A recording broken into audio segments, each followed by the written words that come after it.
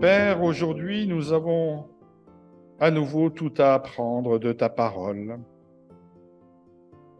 Débarrasse-nous des explications toutes prêtes qui nous empêchent d'être à l'écoute de ton appel. Donne-nous de recevoir ta parole comme si nous la découvrions pour la première fois. Que ton esprit souffle dans notre cœur, dans notre esprit, pour que nous puissions recevoir ta bonne nouvelle dans chacune de nos existences. Fais-nous cette grâce. Amen. Il en sera comme de quelqu'un qui allait partir en voyage. Il appela ses serviteurs et lui confia ses biens. Il remit à l'un 500 pièces d'or, à un autre 200, à un troisième 100, à chacun selon ses capacités. Puis il partit en voyage. Celui qui avait reçu les 500 pièces d'or s'en alla aussitôt faire du commerce avec cet argent et gagna 500 autres pièces d'or. De même, celui qui avait reçu les 200 pièces agit de même et gagna 200 autres pièces. Mais celui qui avait reçu 100 pièces s'en alla creuser un trou dans la terre et y cacha l'argent de son maître. Longtemps après, le maître de ses serviteurs revint et régla ses comptes avec eux. Celui qui avait reçu 500 pièces s'approcha et présenta les 500 autres pièces en disant « Maître, tu m'avais remis 500 pièces, j'en ai gagné 500 autres, les voici. » Son maître lui dit « C'est bien, bon et fidèle serviteur, tu as été digne de confiance dans des choses qui ont peu de valeur. Je te confierai donc celles qui ont beaucoup de valeur. Viens te réjouir avec moi. » Le serviteur qui avait reçu les 200 pièces s'approcha ensuite et dit « Maître, tu m'avais remis 200 pièces d'or. J'en ai gagné 200 autres. Les voici. » Son maître lui dit « C'est bien, bon et fidèle serviteur. Tu as été digne de confiance dans des choses qui ont peu de valeur. Je te confierai donc celles qui ont beaucoup de valeur. Viens te réjouir avec moi. » Enfin, le serviteur qui avait reçu les 100 pièces s'approcha et dit « Maître, je te connaissais comme quelqu'un de dur. Tu moissonnes où tu n'as pas semé. Tu récoltes où tu n'as rien planté. J'ai eu peur et je suis allé cacher ton argent dans la terre. Eh bien, voici ce qui t'appartient, c'est-à-dire les 100 pièces. » Son maître lui répondit « Mauvais serviteur, tu savais que je moissonne où je n'ai pas semé et que je récolte où je n'ai rien planté. Tu aurais dû placer mon argent à la banque où à mon retour, j'aurais retiré mon bien avec les intérêts. Enlevez-lui donc les 100 pièces et remettez-les à celui qui en a 1000. Car à celui qui a, on donnera davantage et il sera dans l'abondance. Mais à celui qui n'a pas, on enlèvera même ce qu'il a. Et ce serviteur-là, jetez-le dans l'obscurité du dehors, là où l'on pleure et grince des dents. » Cette parabole, nous l'entendons souvent, au moins une fois toutes les 3 ans, si on suit le calendrier des lectures bibliques proposé dans les églises catholiques, protestantes et orthodoxes. Une parabole qui nous invite à faire peut-être un petit pas de côté, à ne pas être forcément dans une lecture allégorique, une lecture où on essaie de prouver à quoi peut bien correspondre ces images. Est-ce que Jésus parlerait d'argent, de richesse? Cette parabole a pu légitimer bien des théologies de la croissance en Afrique, aux États-Unis, en Europe. Celui qui est bon et fidèle, c'est celui qui vit dans sa vie une pleine croissance, à l'image peut-être des deux serviteurs. Et puis, il y a ce troisième serviteur qui, si on reste dans cette logique de la croissance, de l'argent, on lui enlève même ce qu'il n'a pas. Summum de l'injustice, si nous restons dans une logique financière, les riches seraient encore de plus en plus riches et les pauvres de plus en plus pauvres. On enlève même le peu qu'ils ont ou qu'ils n'ont pas. Triste bonne nouvelle, ne croyez-vous pas? Alors, regardons un peu ce petit récit. Et peut-être que je vais faire un petit détour avec l'actualité. L'actualité en Israël, en Palestine, où peut-être vous, mais en tout cas moi, on me demande souvent de prendre parti par les images, par la communication du Hamas ou bien de Tsahal. Prendre parti, est-ce que ce n'est pas légitime d'être le parti d'un camp contre un autre, d'être du côté du plus fort, de la légitime défense, de œil pour œil, dent pour dent, d'être dans le parti de ceux dont les enfants sont massacrés. Et on voit que les enfants sont massacrés dans les deux partis. Peut-être qu'on me demande d'être dans le parti de la guerre. Et face à tous ces discours, peut-être qu'il m'arrive de ne plus savoir à quoi m'accrocher.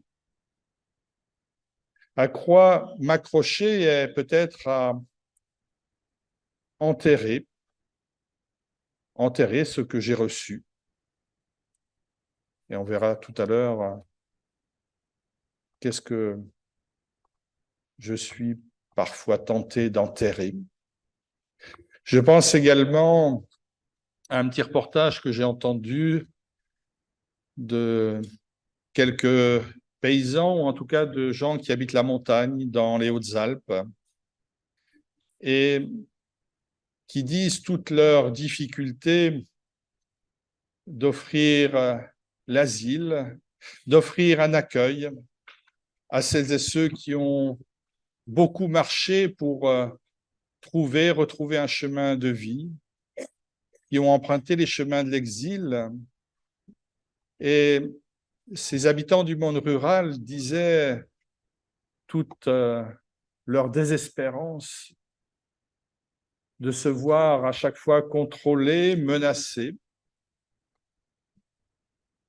et contrôlés non pas par des brigands ou une mafia, mais menacés dans leur élan de fraternité, de solidarité, par le fonctionnement d'une de nos institutions dans notre République. Eux aussi, au nom de leurs valeurs, ils sont parfois tentés d'enterrer quelque chose Et ils disent, mais dans notre village, on sait qui accueille ou qui accueille pas. Il y en a qui disent rien, il y en a qui s'en fichent, et il y en a qui dénoncent. Qu'est-ce qui fait que l'on enterre certaines valeurs? Alors ça, c'est aujourd'hui, et on va repartir 2000 ans avant, où le Christ est mort et est ressuscité. Il est mort et ressuscité, il a annoncé une bonne nouvelle à tous. Il a montré des gestes de fraternité, de solidarité, de bienveillance. Il a appelé les disciples à s'ouvrir, à élargir l'espace de leur témoignage, de s'ouvrir au monde.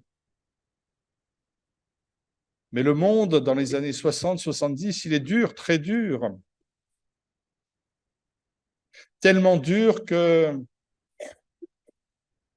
il y a des chrétiens qui sont persécutés, chassés, qui ne peuvent plus vivre leur foi et qui se demandent, mais finalement, est-ce qu'il y a encore une certaine pertinence ou une certaine fidélité encore à témoigner,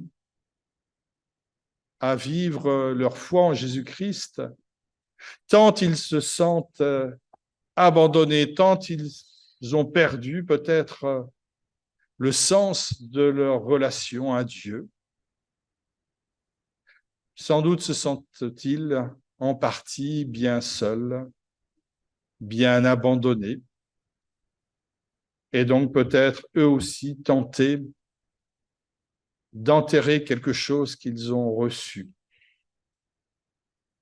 Donc hier comme aujourd'hui, cette parabole peut à nouveau nous parler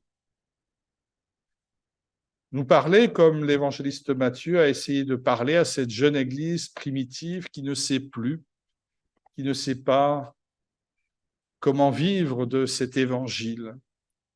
Tant les menaces sont grandes, tant il paraît peut-être plus facile de mettre un mouchoir sur sa foi, sur sa relation à Dieu, parce que décidément, le monde va dans tous les sens, mais peut-être davantage dans le sens de la guerre, de l'absence de paix, de la loi du plus fort. Alors il leur donne cette parabole que l'on nomme un peu des fois dans son style une parabole de la fin des temps, une parabole qui invite l'auditeur à prendre parti, à se dire, mais dans cette histoire qui m'est racontée, où est-ce que je me situe? Dans quel personnage? Et Matthieu de nous raconter par la bouche de Jésus cette histoire où quelqu'un, ou un propriétaire, ou un maître part, s'absente. Il n'est pas question d'un abandon, mais d'une absence. Comme pour dire aux premiers chrétiens, le maître ne vous a pas abandonné, il est absent. Il va revenir, on ne sait quand. Il y a la parabole des vierges insensées et des vierges sages, juste avant notre parabole. Il va revenir, mais dans ce laps de temps, entre son départ et son retour, c'est le défi de tout chrétien que de se poser cette question: comment vivre ma foi? Vivre ma foi, vous l'avez entendu, c'est pas vivre ma foi dans un monde idyllique où tout est beau, où tout est gentil. Ce monde-là, il n'existe pas. Dans les évangiles, il n'est jamais décrit. Dans un monde avec des confrontations entre diverses valeurs, entre diverses manières de vivre, comment vais-je vivre ma foi? Et dans cette parabole, on nous dit que le maître de maison, il donne à chacun selon ses capacités. Selon ses capacités. C'est le maître qui nous connaît.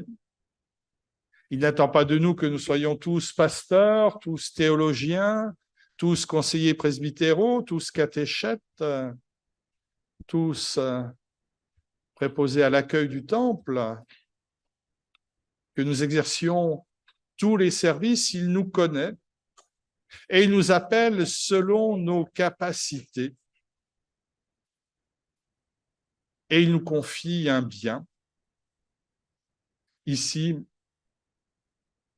pour nous donner un peu l'aspect précieux de ce bien. Il est question d'argent, de beaucoup de kilos d'or, pour bien montrer l'aspect précieux de ce don. L'aspect précieux de ce don dont on nous dira par la suite que finalement, si on en reste à une logique d'argent, c'est pas grand-chose, on a raté quelque chose. Ça a peu de valeur, sauf pour ceux qui n'en ont pas. Chacun reçoit 500, 200 ou 100, et chacun va imaginer une stratégie, créer quelque chose qui va faire fructifier ou non ce don. Un peu à l'image de chacune de nos vies où on peut s'ouvrir ou se refermer. Rien ne nous est dit des serviteurs du pourquoi, du comment ils vont faire fructifier leur don, quel est l'état de leur foi, quel est leur questionnement, leurs inquiétudes, leur confiance. Et on nous dit que le troisième, qui a reçu peu, il enterre ce don. Il enterre ce don. Ce don ne servira à rien. Il est peut-être pourtant très fidèle. Matthieu, qui s'adresse au peuple juif dans son évangile, il doit savoir que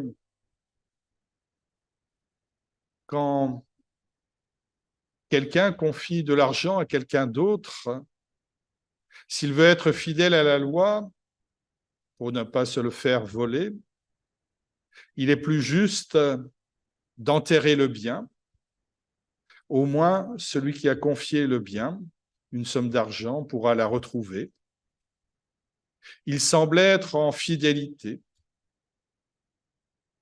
Et pourtant, il est qualifié de paresseux et d'infidèle, quelqu'un qui n'a pas la foi, alors que les deux autres sont qualifiés de bons et de fidèles. Ils ont la foi.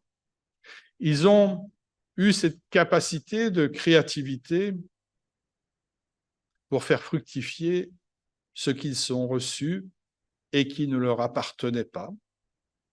Ainsi, celui qui semblait être le croyant est qualifié d'incroyant et certaines personnes, dont les deux premiers, ceux qui avaient des capacités, ils ont été dans la droite ligne de ce que le maître espérait. Alors oui, si nous n'en sommes plus à entendre une logique d'argent, on peut se poser la question de qu'est-ce que ces gens ont reçu, qu'est-ce qui leur a été confié. Et c'est peut-être là que l'évangéliste Matthieu, quand il nous redonne cette parabole de Jésus, veut interpeller sa communauté dans les difficultés de l'attente, parce que le ressuscité ne revient pas encore. Comment allez-vous vivre de votre foi par votre foi? Allez-vous vous ouvrir ou vous fermer au monde? Allez-vous tenir pour vrai cette parole de Dieu? Qu'est-ce que vous allez transmettre de Dieu au cœur du monde? Est-ce que nous allons témoigner d'un Dieu bon ou bien d'un Dieu qui marchande nos vies? Si nous nous comportons mal, il nous punira. Si nous nous comportons bien, il nous bénira. Si notre vie est ajustée, il nous bénira. Si notre vie est en total décalage avec sa parole, il nous condamnera. On entend ces discours dans de nombreuses églises, dans de nombreux dialogues. Et pourtant, cette parabole, elle nous parle d'un Dieu qui est bon, qui donne et qui redonne, qui ne reprend pas ce qu'il a donné.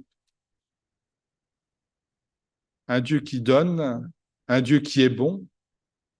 C'est peut-être à nous de témoigner de ce Dieu-là, non pas d'un Dieu qui serait dur, comme l'a compris le troisième,